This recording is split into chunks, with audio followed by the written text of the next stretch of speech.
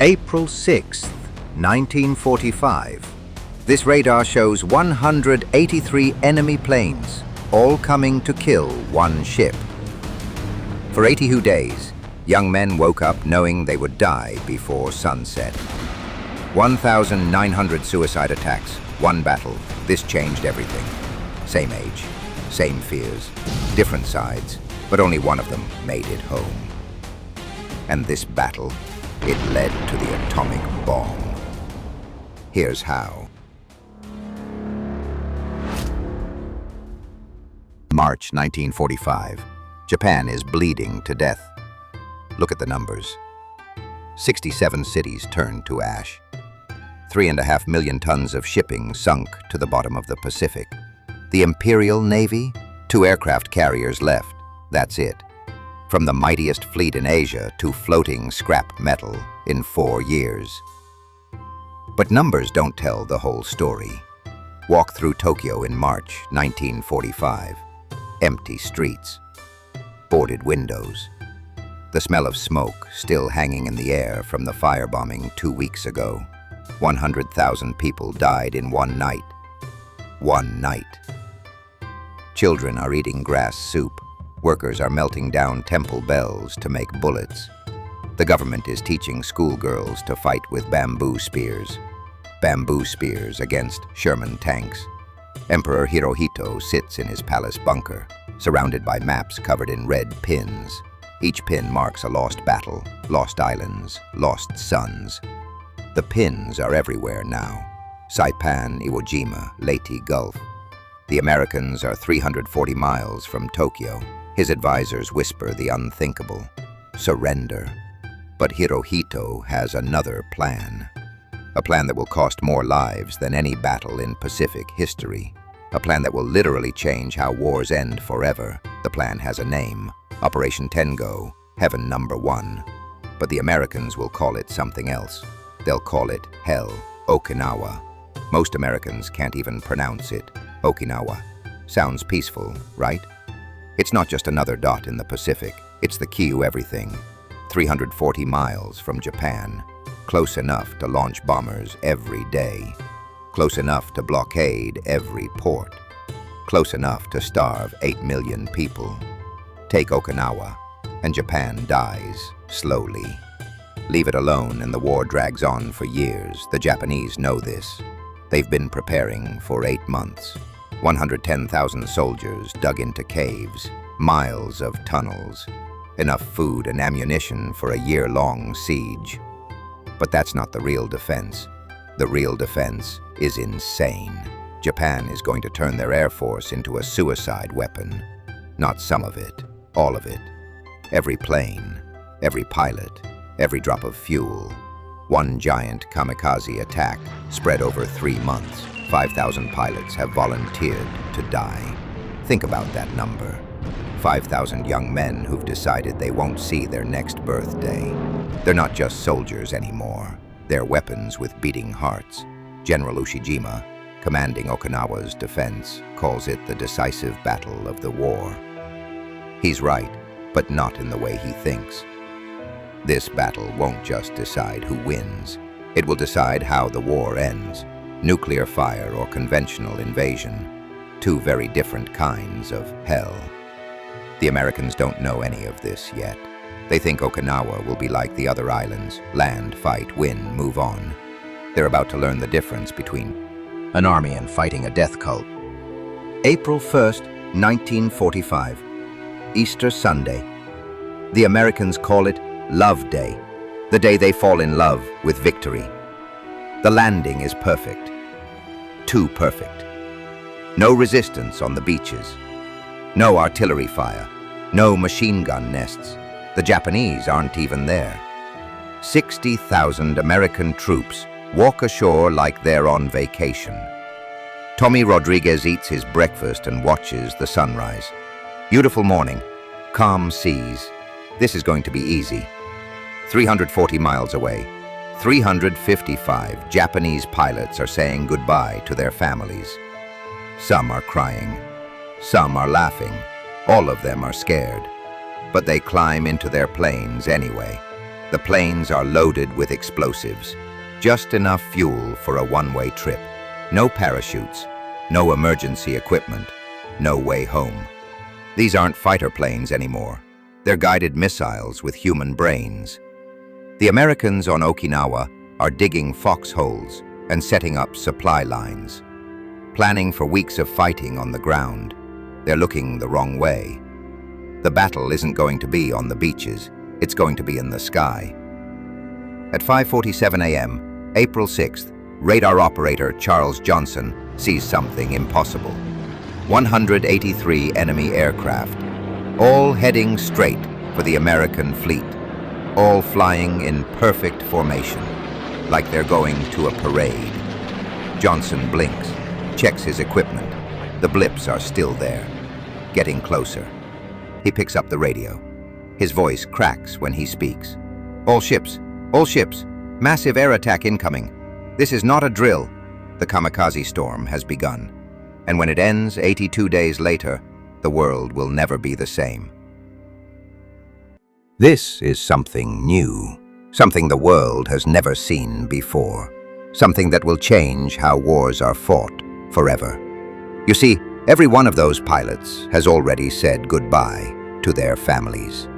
Every one of them knows they're not coming home, and that makes them the most dangerous enemy America has ever faced. Think about that for a second. How do you fight someone who wants to die more than you want to live? The Americans are about to find out, and the answer will shock you. But first, let me show you what happened when the first wave hit.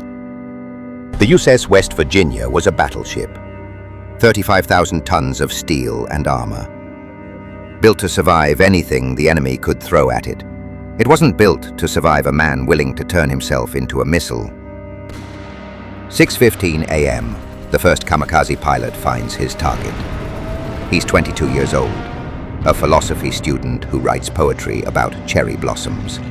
His plane hits the superstructure at 300 miles per hour. 31 American sailors die instantly. 114 more are wounded.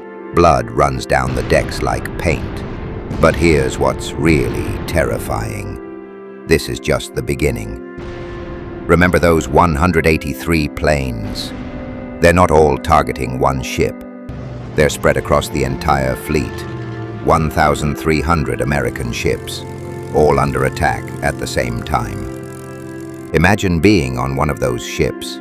Imagine watching death fall from the sky and knowing there's nowhere to run. But some ships fought back in ways that will amaze you. Let me show you something incredible, something that proves how crazy this battle really was. Over 82 days, Japan launched 1,900 kamikaze attacks. That's 23 suicide missions every single day for almost 3 months. But here's the part that will blow your mind. The success rate was only 11%. That means 89 out of every 100 pilots died for nothing. Their planes crashed into empty ocean, or got shot down before reaching their targets, or exploded in mid-air when hit by defensive fire. So why did Japan keep doing it? Why did they keep sending teenagers to die when it barely worked? Because 11% of 1,900 is still 209 hits, 209 explosions, 209 American ships damaged or sunk.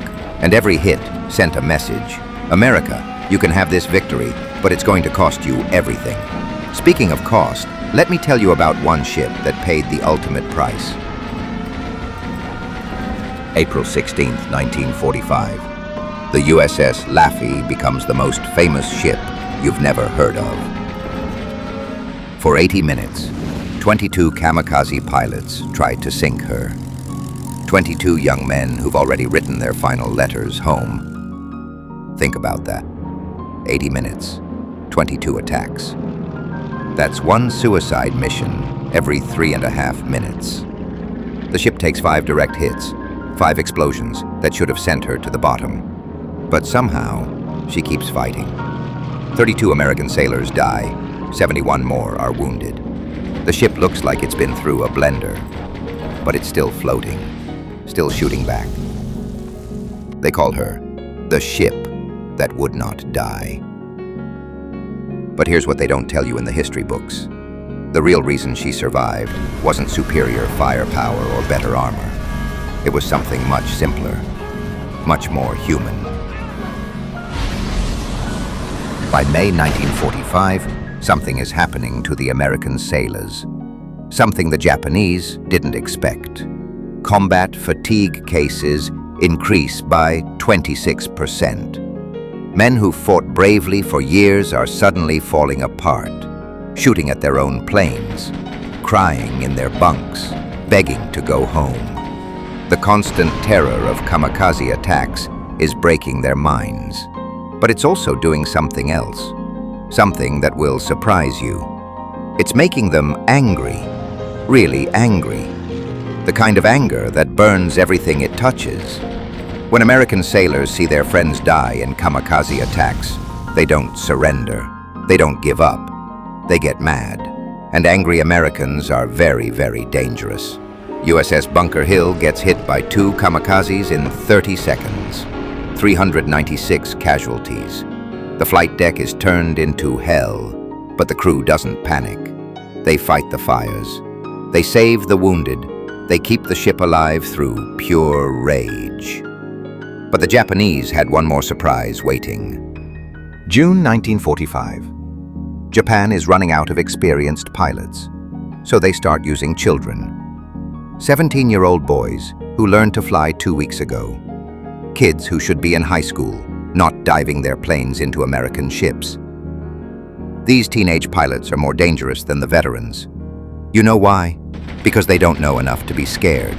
They just point their planes at the biggest target and dive. USS William D. Porter gets hit by a 17-year-old who crashes by accident. He's trying to bail out when his parachute gets tangled. He rides his plane down like a bomb. 12 American sailors die, including the ship's cook, who was making dinner when the attack began. But here's the thing that will break your heart. That teenage pilot dies thinking he's saving Japan. He's wrong. Japan will surrender in 8 weeks. His death saves nobody. June 22nd, 1945. The last kamikaze attack at Okinawa. 19-year-old Ensign Seizo Yasunori crashes into USS Curtis. 21 American sailors die. 43 more are wounded. The kamikaze storm is finally over. 82 days of hell have ended. But the storm has created something nobody expected. Something that will change the world forever.